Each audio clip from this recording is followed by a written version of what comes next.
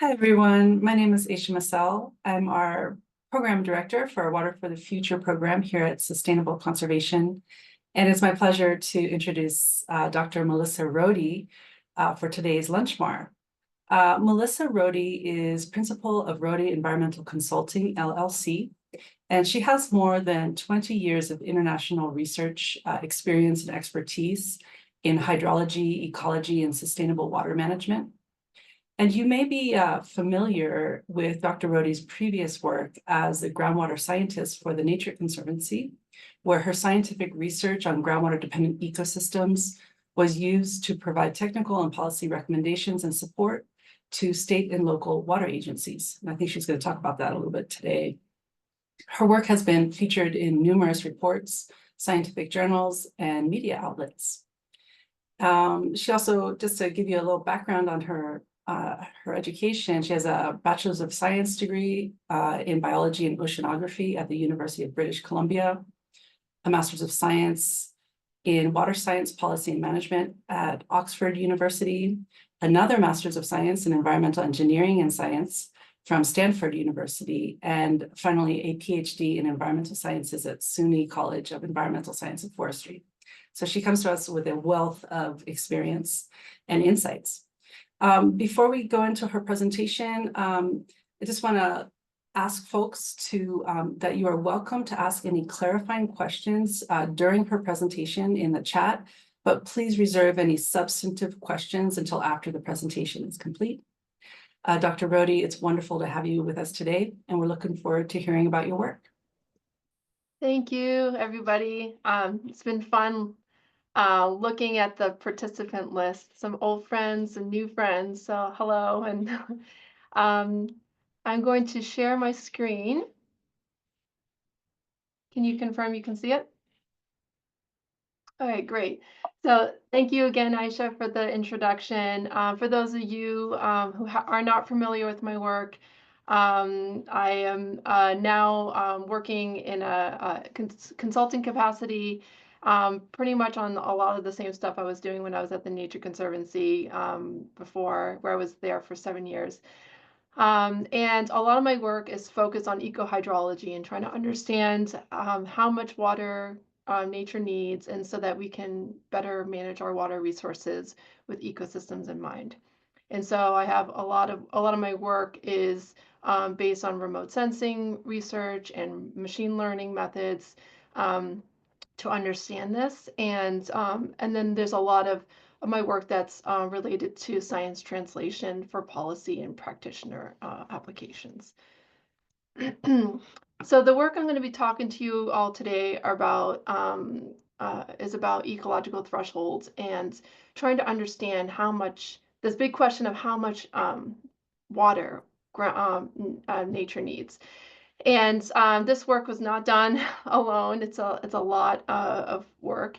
And I have collaborators at ESF, Cardiff, DRI, University of California, Santa Barbara, Audubon, and the Nature Conservancy. And the work I'm going to be talking about today was funded by the Department of Water Resources Technical Assistance Grant. But it was also, our colleagues were funded by Department of Defense, NSF, Water Foundation, CERDIP, and Bureau of Reclamation. So to start off, let's have a little discussion about what groundwater-dependent ecosystems are. And the state of California defines them as ecological communities or species that depend on groundwater emerging from aquifers or on groundwater occurring near the ground surface. And so this is really talking about groundwater in the saturated zone. It's not talking about soil moisture or other sources of water, and how groundwater emerges at the surface or is accessible through roots, for example, is a question. So there are instances where you have perch aquifer systems that may or may not be that are considered principal aquifers or hydraulically connected to a principal aquifer underneath. And this is an important distinction because There are sometimes there's ecosystems that depend on depend on subsoil moisture that's not contributed by groundwater, is contributed by precipitation. And an example of that is vernal pools. And what we're talking about here in the context of groundwater dependent ecosystems are groundwater that is emerging from these aquifers.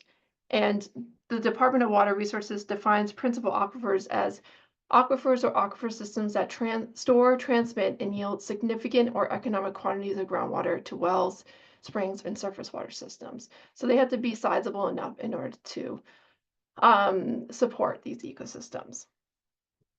So what are these ecosystems, and what do they look like here in California? And they're incredibly diverse. We have terrestrial forests that can either be along riparian waterways or up on the foothills, for example, that provide where the trees are accessing groundwater through their root system and providing shade for on rangelands for livestock or along riparian waterways, to mountain springs and seeps, which are providing water purification and other ecological benefits, to rivers and streams. And this not only includes the aquatic habitat itself, but also the vegetation along these streams that are also supported by groundwater. And then in wetland systems. So you can see there's a whole range of ecosystems, and they're incredibly diverse. And it's important to note that in California, a lot of our species are groundwater reliant, and we have an incredible species richness where California is a global biodiversity hotspot, one of the top 25. And then also we have quite a few critically critical status species that are federally and state protected. And so I like to bring this up because, you know, when we're working locally on our management plans or on projects, it's easy to lose sight of the big picture. And what I'm trying to raise here is that essentially when what we're doing here in California has outsized importance, not only for conservation and biodiversity protection for California, but also internationally.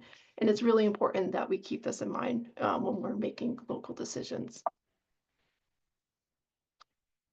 And it's also important to note that the groundwater-dependent ecosystems that are existent, especially within sigma basins, are a small fraction of what existed previously. And we've had in the Central Valley a 95% habitat loss of wetlands and riparian waterways. And so the vegetation and the aquatic habitats that are existent today are small remnants of what previously existed. And as a result, a lot of times they are critical refugia for threatened and endangered species. And here are some pictures of those threatened and endangered species. They range from mammals to birds to fish to amphibians. They're quite diverse. So it's really important that we are, when we're looking at these ecosystems, that we keep these larger themes in mind. So luckily in California, we have the Sustainable Groundwater Management Act, SGMA, and it's one of a handful of laws and policies worldwide that requires groundwater sustainability planning to identify and consider these ecosystems in management decisions. And so there are various aspects of the plan that require this in their consideration of groundwater-dependent ecosystems. So identifying ecosystems in the basin setting section of the plan, to evaluating potential impacts to GDEs when developing sustainable management criteria, being able to monitor groundwater conditions throughout the basin such that you could even detect impacts to groundwater-dependent ecosystems, and then project and management actions. So being able to describe benefits and impacts to GDEs. And this is really where, a lot of LunchMAR projects come into play, and funding opportunities. If we can understand how much water ecosystems need, then we can better plan our projects such that those water requirements can be achieved, sustained, or protected in these management plans. And can often, if you're able to quantify this, increase the possibility of getting access to additional funding and whatnot. So how do you know where a groundwater dependent ecosystem is? The Department of Water Resources developed the NCCAG dataset, Natural Communities Commonly Associated with Groundwater Dataset, and it was developed in partnership with DFW, Department of Fish and Wildlife, and the Nature Conservancy, and it uses 47 different data sets that infer the likelihood that groundwater is supporting an ecosystem.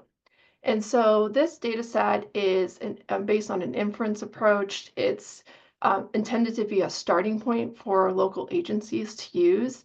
And there's certainly data gaps in this data set. For example, in Sonoma, the aerial imagery that was available in the NCCAG data set was very minimal, and the amount of NCCAG polygons in this data set in Sonoma were very minuscule to the amount that they were able to add to their map because they had a veg map aerial image locally. So that's just a case in point that in many cases, the NCCAG dataset is underrepresentative of the amount of groundwater dependent ecosystems that may be in existence. So it's really important to locally verify that the polygons that are there are actually connected with groundwater, and then also filling in gaps. And speaking of gaps, the Nature Conservancy also released a version 2.0 of the NCCAG dataset. And this includes polygons that exist outside of the sigma basins, because the DWR's dataset on the left is clipped to the sigma basins. But we wanted to also release the 2.0 version, which includes this, the GDE polygons in statewide, because actually, in fact, 87% of the state's GDEs are outside of sigma basins, including low and very low priority basins. So anyways, it could be very important if you're working on a project outside of a sigma basin and trying to understand what are potential impacts or trying to understand quantify benefits. Okay, so when you have the starting map, the next question is, are these in fact groundwater dependent? And there are various ways to do this. You can, the most accurate and certain way of validating of a ecosystem is groundwater dependent is to do an isotopic source water analysis. And this is, you basically take the plant, you take a sample of the plant xylem, and then you compare its isotopic signature with that of surface water, groundwater, precipitation to see if it's consuming groundwater. This takes a little bit more time, it's a little bit more costly, and so at the Nature Conservancy, we were recommending that depth to groundwater be used as a proxy for understanding if the groundwater levels are near the root zone of these plants.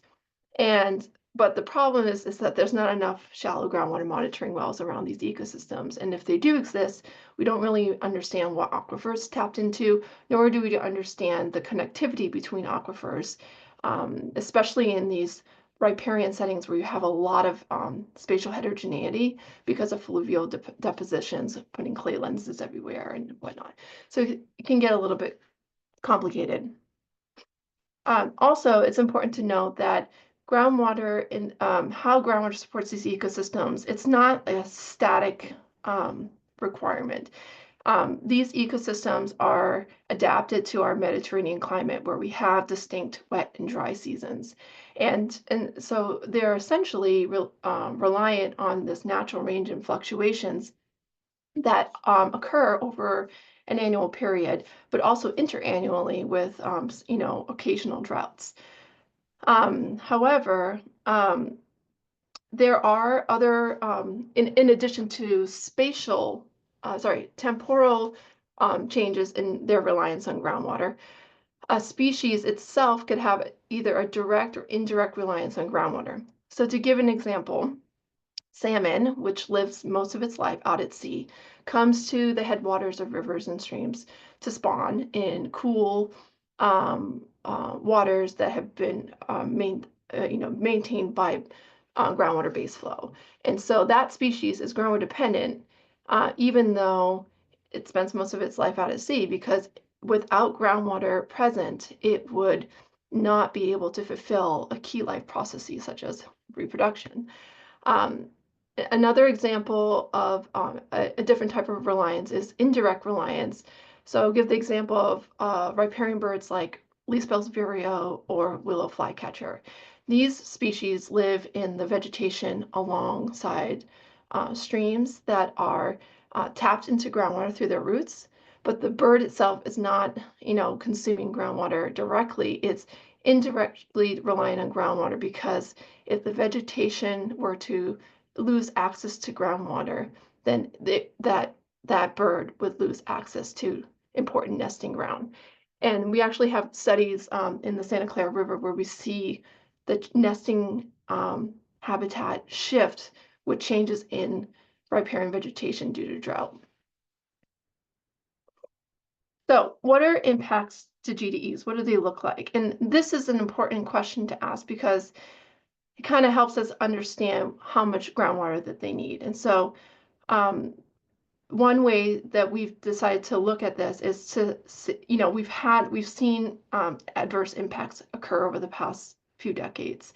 And so with satellite data, we're able to go back and ask the question, well, what groundwater levels resulted in these threshold impacts that shifted the ecosystem from a healthy state to a more undesirable state?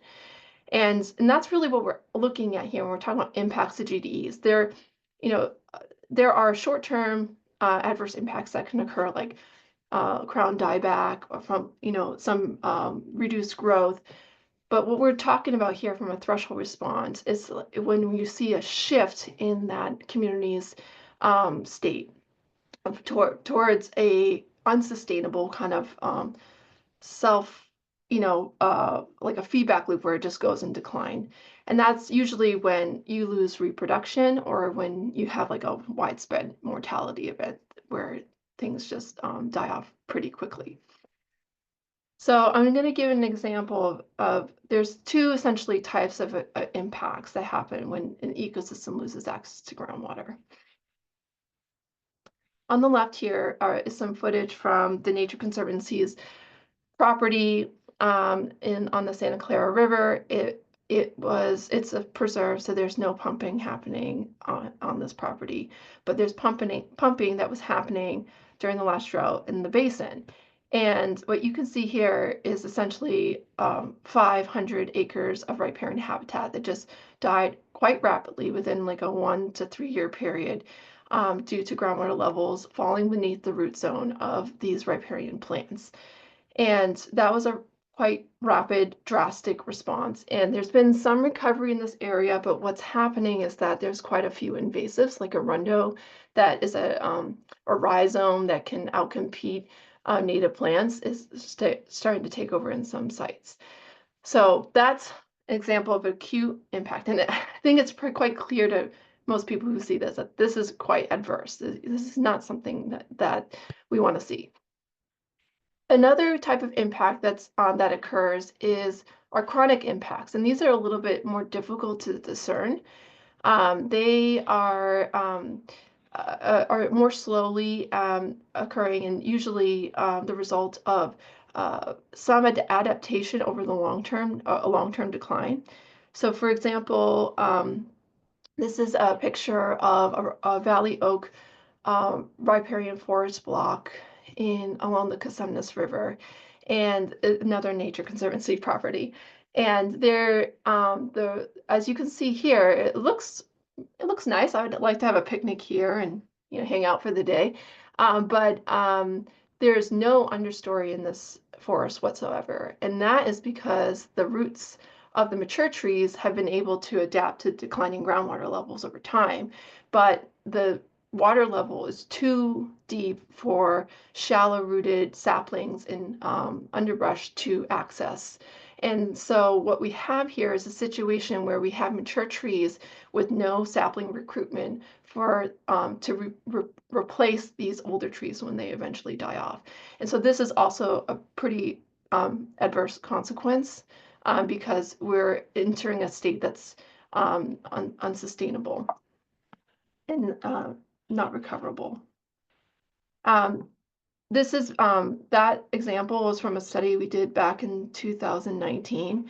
And essentially, we looked at multiple forest blocks along this river, and where we saw healthier conditions, so like more vertical structures, more understory, higher diversity, more growth, was in tall forests, and the groundwater levels were, about less than 4 meters, which is in the root zone of most plants, and or accessible by most roots. And then in Costello, we were seeing groundwater levels as deep as like 25 meters. So there's a point at which the system will transition towards an undesirable state. And whether you're trying to prevent adverse impact or try to improve conditions through projects like LunchMAR, this is kind of the things that we have to keep in mind in trying to understand how to prevent and promote a system to move in the direction we want it to.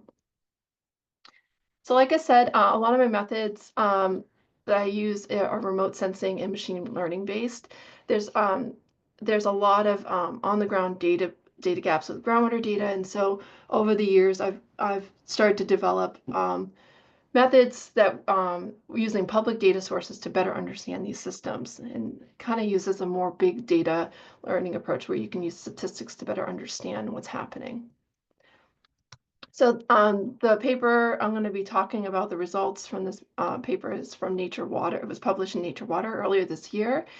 And what we did is we took the NCC AG version 2 data set, and we, which has about 250,000 vegetation polygons. And then we use the GDE pulse data that's available that we released at the Nature Conservancy.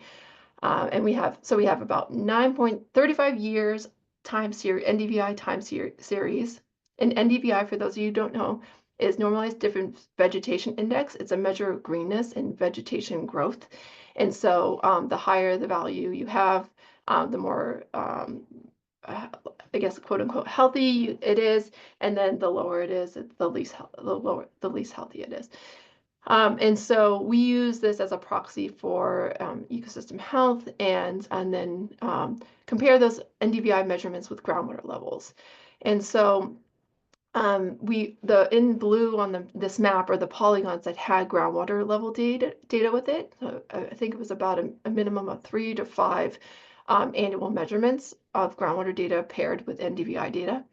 And we use that in our analysis in the study. So a little deflating to go from 9.3 million points to 36,000, but 36,000 is a pretty big data set to work with to ask these questions. So what we did is we used the imagery from the past and this data from the past to understand like what were the points at which these ecosystems kind of hit a tipping point. And so the 2012 to 2016 drought was like a very clear transition period for some river systems in the state. So in the Kern River, Salinas River, Santa Clara River, there's like very visible declines in the ecosystem health during the drought. And what we were trying to understand is at what point groundwater level did that transition occur?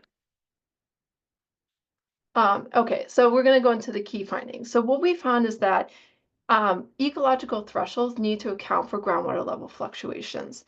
And so within any ecosystem across the state, there's going to be a whole host of variations in the hydroclimatology.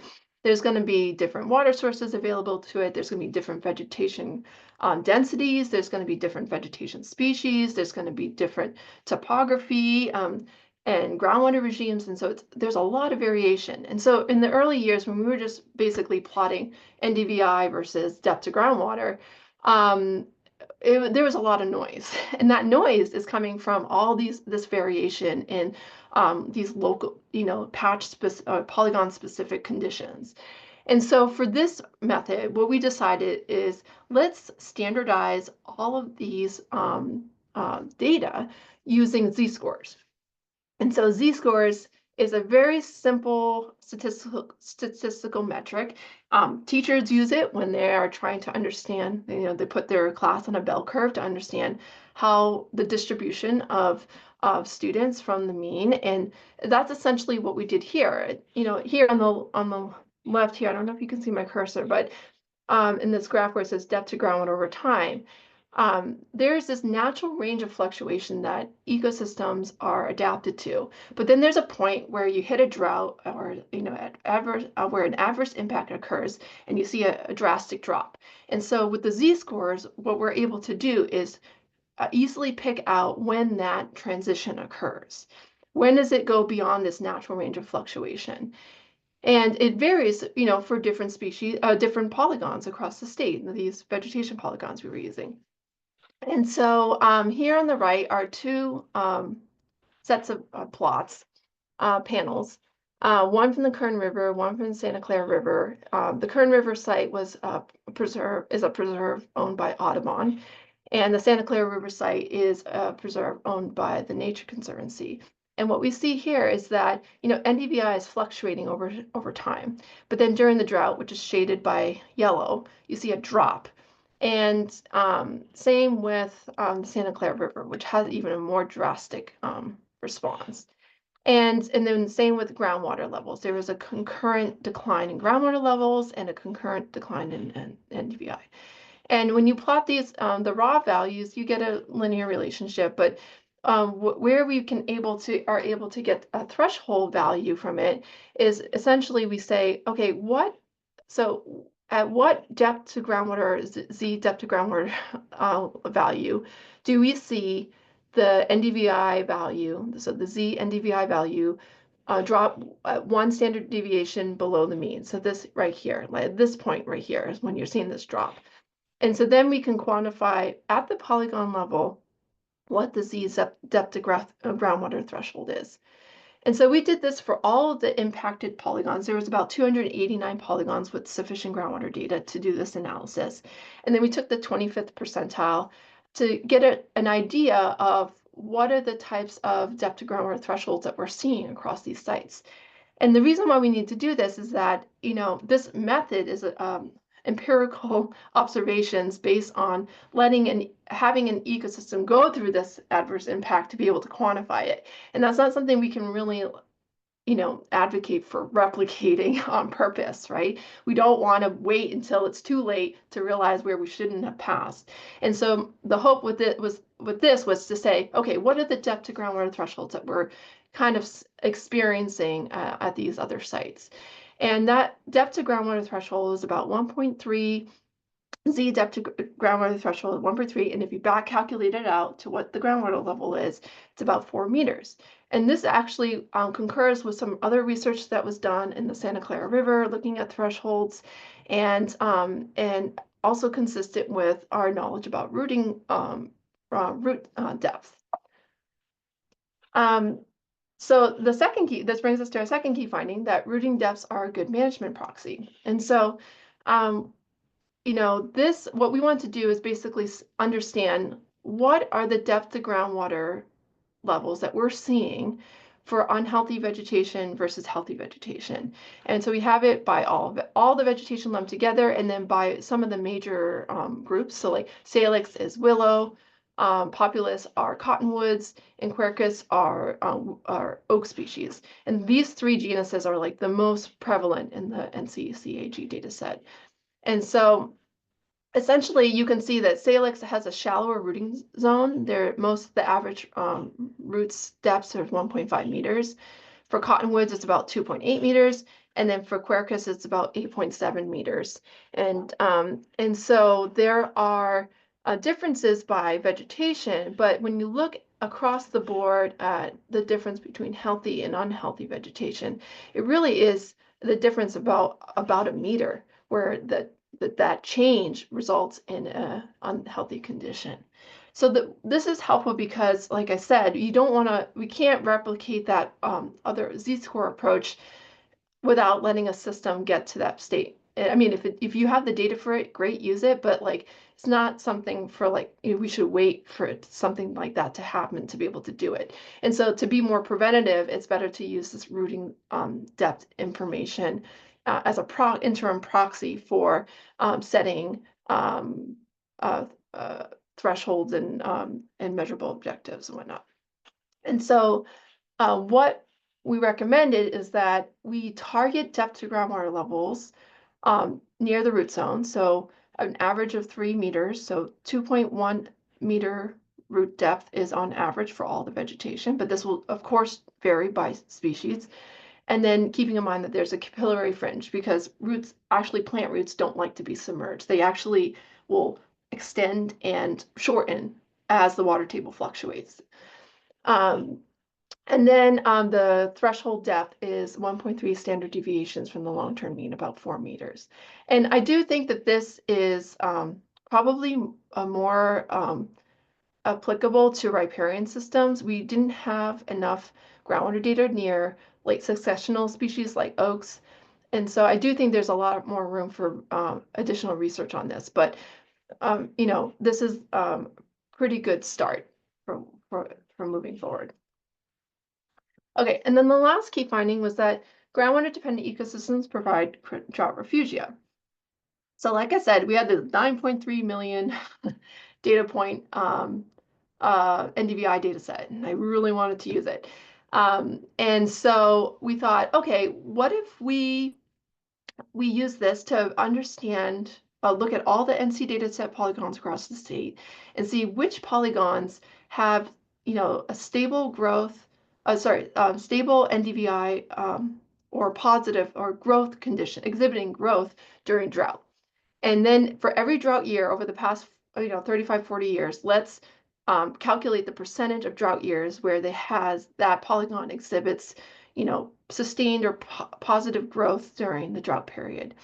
And so you can see that polygons that had a higher incidence of a sustained or positive growth during a drought year are in purple, and then lower, are green, and then like no chance is gray. And so what this is telling us is that these are potential drought refugia. They are places that have a stronghold with groundwater and are more likely to be connected to groundwater. And so, and just to ground truth a little of these. So here in Santa Cruz, this is me and my kids a few years ago hiking through Nicene Marks. It's a preserve, it's a state park, and that came up as a really high potential drought refugia. Another example is in the Santa Clara River. It's a site that's well studied by academia and the Nature Conservancy and other partners. And there's a stronghold there that's gaining reach of a river that stays pretty consistently wet. And actually, we have data that shows like nesting sites congregating and concentrating on this reach of the river during the drought. And so that came up as a drought refugia. And another example is in the Mojave River. There's a stretch of the Mojave River where there's Victorville wastewater treatment plant, and that's discharging water into the stream, which has risen the water table. And so there's shallow groundwater conditions there that are sustaining this riparian habitat. So knowing where these potential drought refugia is really helpful, because you can, these are probably the sites we want to tackle first or prioritize when we're managing, and potentially also have like outsized ecological value in terms of dealing with future extreme drought events. So all this data is now available in a NCCAG version 2.0 plus. So it's the statewide data set, and then we've added the information from the results from the study into that attribute table. So you have all the rooting depth data there by polygon for each polygon, whether or not it's a drought refugia and the likelihood percentage point that it is, and then any threshold information that's available. And so the idea is that this information can be used, in planning and management activities. Okay, so let's talk about FloodMAR specifically. So these, there was a lot of discussion about threshold and preventing impacts, but the converse is also, this information can also be really helpful in quantifying project benefits. If you know what groundwater levels are needed to prevent an adverse impact during a drought, or know where what groundwater that we need groundwater levels near the root zone, then when we're designing project and management actions in FloodMAR projects, we can design the projects near these ecosystems to achieve those groundwater levels. And because these groundwater levels are going to vary by rooting depth, having that rooting depth information can be really helpful in trying to quantify this over, a large spatial area. Also too, the drought refugia mapping that was done is also really helpful for potentially citing these FloodMAR projects, or trying to quantify the benefits, and quantifying the benefits for additional funding sources, or for just like project reporting and whatnot, feasibility studies. And that's it. Thank you.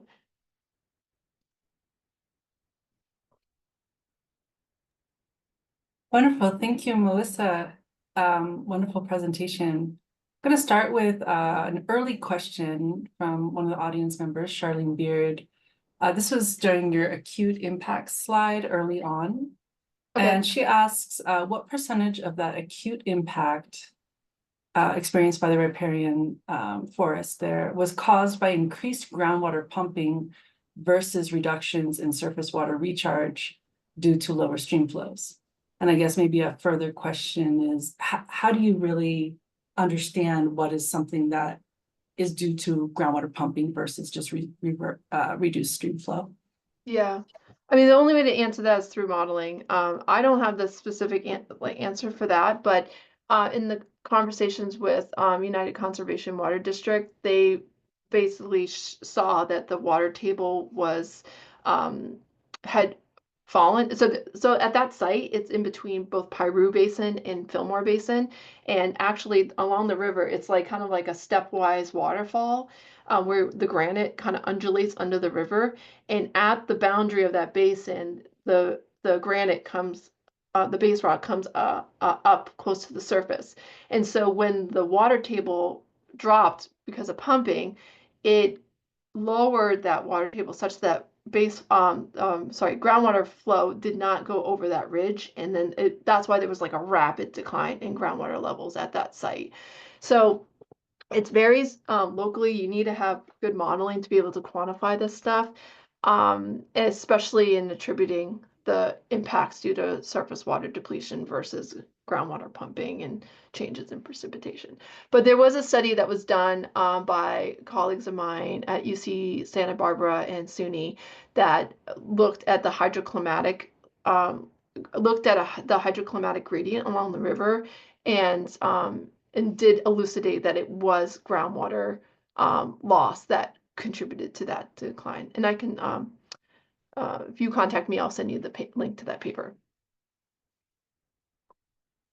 Great. And there's another question from Rosemary Knight in the chat, but Rosemary, I encourage you, if you wish, to come off mute and you can ask the question in person.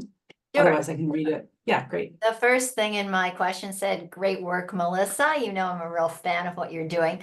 So exploring the link between ecosystem health and groundwater depth, where you were using NDVI, the NDVI, you needed to define a critical point at which you go from healthy to unhealthy ecosystems. Right. And I believe you selected one standard deviation below the Z and DVI. Anyways, you picked a point. Yes. How do you know that is truly the critical point in terms of ecosystem health? Do you need to calibrate with ground-based work? And once you select that critical crossover from healthy to unhealthy, is it transferable? Is it going to be the same for all of your groundwater dependent ecosystems? Those are great questions, Rosemary. And definitely something we like talked a lot about within our group. I think so.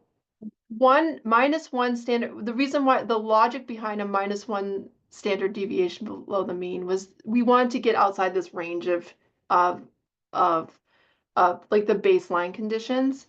And so it was, somewhat arbitrary in the sense where it was an assumption that we made that if it was below 1 standard deviation, then it's likely going to get an impact. And then we also looked at that and visually inspected at what point in the sites that we saw an impact, at what point are we seeing like drastic declines, and it confirmed with that. But I do think that there's more work that could be done in trying to see if that level changes for different species. Like this is just kind of like the tip of the iceberg for this research. There is so much more that needs to be done, so much more that needs to be understood. And one of the things I just constantly come across is just a lack of groundwater data to do this work properly. And so there's just there's a lot of room for improvement. And but that being said, it's I think what we found here is a good starting point for making decisions and for moving forward to adaptively manage these ecosystems. Great, thanks a lot. Thanks. Yeah. Michelle Dooley, I don't know if you want to come off mute and just ask the question. But in the meantime, everyone's welcome to raise your hand. Sometimes just asking in person is easier than the text. Otherwise, I'm happy to ask it for you. Anyway, so Michelle says, could groundwater levels be tied to NDVI at the watershed or alluvial basin level?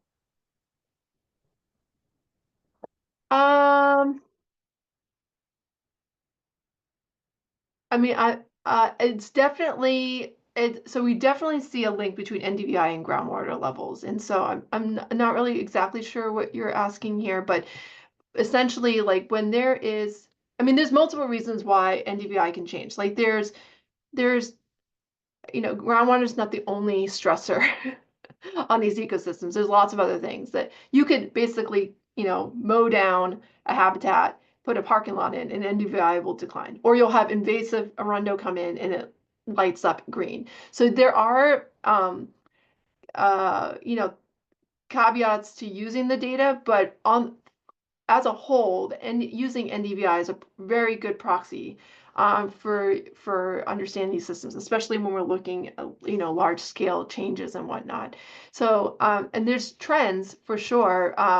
Like for instance, when you're looking at certain river reaches that they're all experiencing a similar impact, they will respond similarly. So I'm not sure if I answered your question. So feel free to chime in and clarify if needed.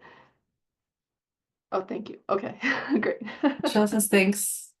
Sarfaraz, I don't know if you want to come off mute and ask your question. Okay, I'll go ahead and read it. You mentioned about Arundo and Santa Clara River.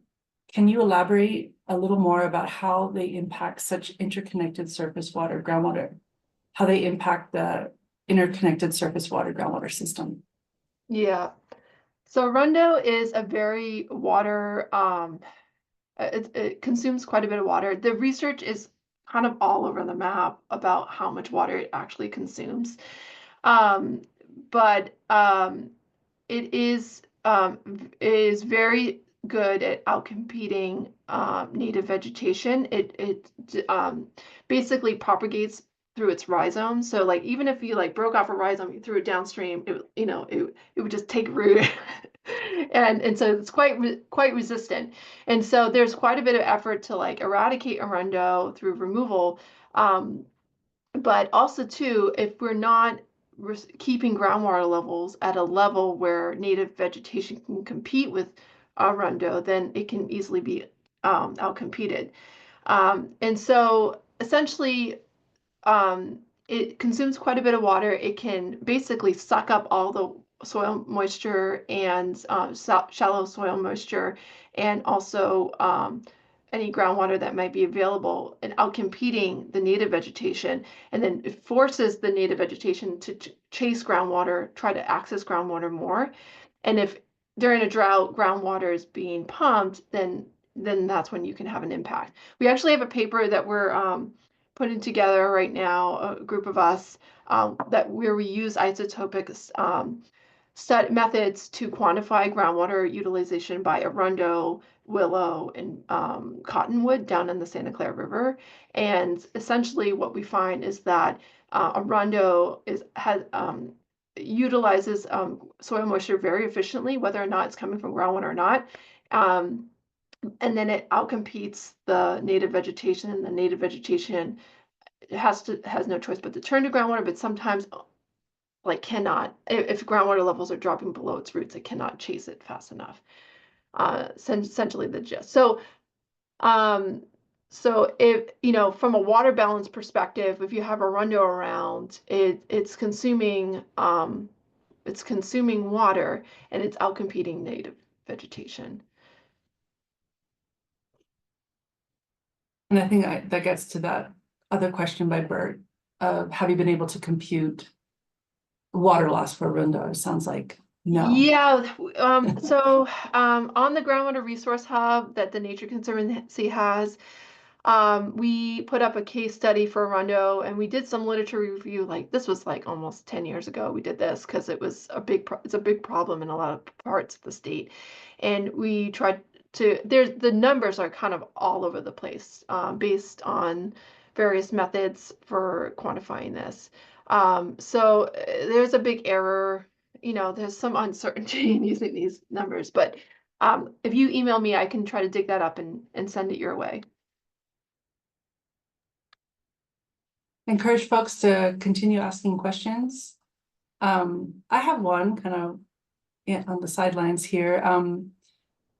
From the perspective of GSAs and water managers that are responsible for SGMA implementation, how can they use the tools that you are developing to target recharge to protect or improve groundwater dependent ecosystems? So this is really a question more about the management side. How can water managers use recharge to improve GDEs from what you've learned in your work?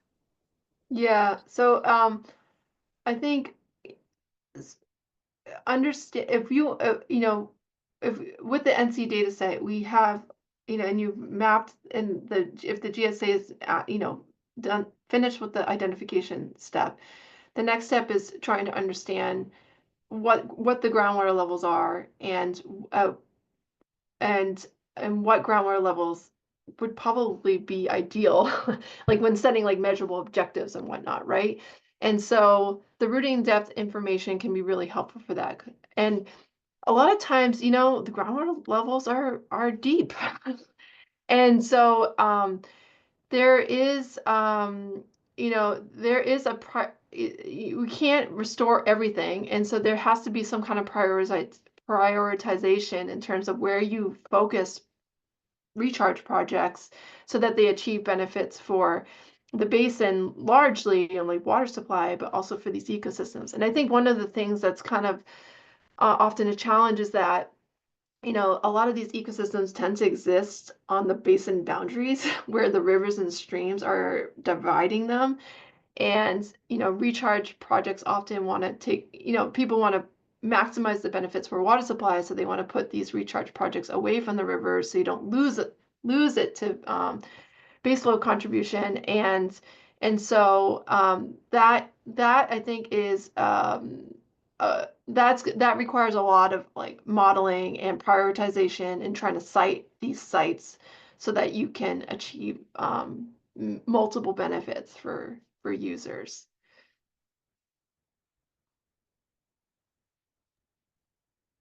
I have more questions, but I really want other folks to ask questions. If you have any, please raise your hand.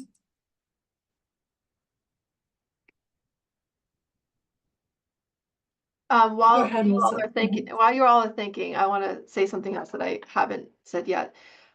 So like in doing these assessments, I think sometimes it's like, well, how do we even do this? And ultimately it's similar to a like well impact assessment. So like when you have like a data set of well locations and you know the total depth and you say, okay, our minimum thresholds are here, our measurable objectives are here. How many of these wells are going to be potentially running dry if we hit our minimum threshold, or if we how many will benefit from having our measurable objectives? And it's the same kind of analysis, but using routing depth at the polygon level. And so essentially it's, you know, attributing those values to those polygons in a spatial way and doing that assessment spatially. And same thing with like if you're doing a LunchMAR project assessment where you want to understand what are the potential project benefits. So there's, you know, it's and we actually have some code that's available online. All the code is available online for all the work that I do. So it's all open source and everything. So if you're interested in, you know, understanding a little bit more like the nitty gritty, like how you do this kind of assessment, all that code is publicly available. Megan, I'm not sure if you want to take over now to end this, or if we have time for one more question. I think we can squeeze one more in if we have one. I know you have one, Okay. Aisha. Yeah, my question is, oh, well, I'll go to Verna in the chat. Melissa, did you provide input on the recent Sigma interface with the interconnected surface water papers? And if so, what did you provide? Yeah, I did not. I know maybe some of you are aware of my letter writing skills. It's kind of joke. I have like a, you know, I don't, anyways. So I did not write a letter to DWR, but I did read the letters. I did read the papers and, you know, in short, the methods are not really specific to assessing impacts to beneficial users. It's more about how do you calculate depletions from, you know, in surface waters using modeling approaches, which, you know, it's just like comparing pumping versus non-pumping scenarios. I think there's a lot more that can be done. You know, one thing I've been advocating that DWR does is provide more directives and clear guidance to local agencies on how to do this. And until they do that, basically that's been my job. Like, how do you go about doing this and what's the best available science, and, you know, trying to fill those research gaps. And so, but it would be very helpful if DWR would provide more specific guidance on how to do this in the context of not only like GDE considerations for groundwater levels, but also in the context of depletions of surface water.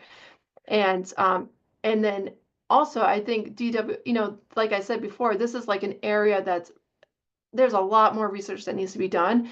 And I think the whole community would benefit by academia also jumping on board and helping fill in these data gaps with new science and research on the topic. So there's, you know, we can't expect that local agencies to do this type of research on their own. They have a lot on their plate already, and this is kind of uncharted territory for a lot of agencies. And so anything we can do to help, you know, bring this information forward and provide, you know, standard and clear guidance and, you know, how to move forward would be, I think, it's very timely. Yeah. Wonderful. Well, it is the end, and I just want to say thank you to Dr. Melissa Rhode for a wonderful presentation and sharing your work with us at the LunchMAR Network. Yeah, thank you. It's my pleasure, and feel free to reach out if you have any other questions or have follow-up questions. Thanks. Thanks, Melissa. Thanks, Aisha. Thanks everyone for being here, and happy holidays. You. Bye, Thank you. everyone. Bye.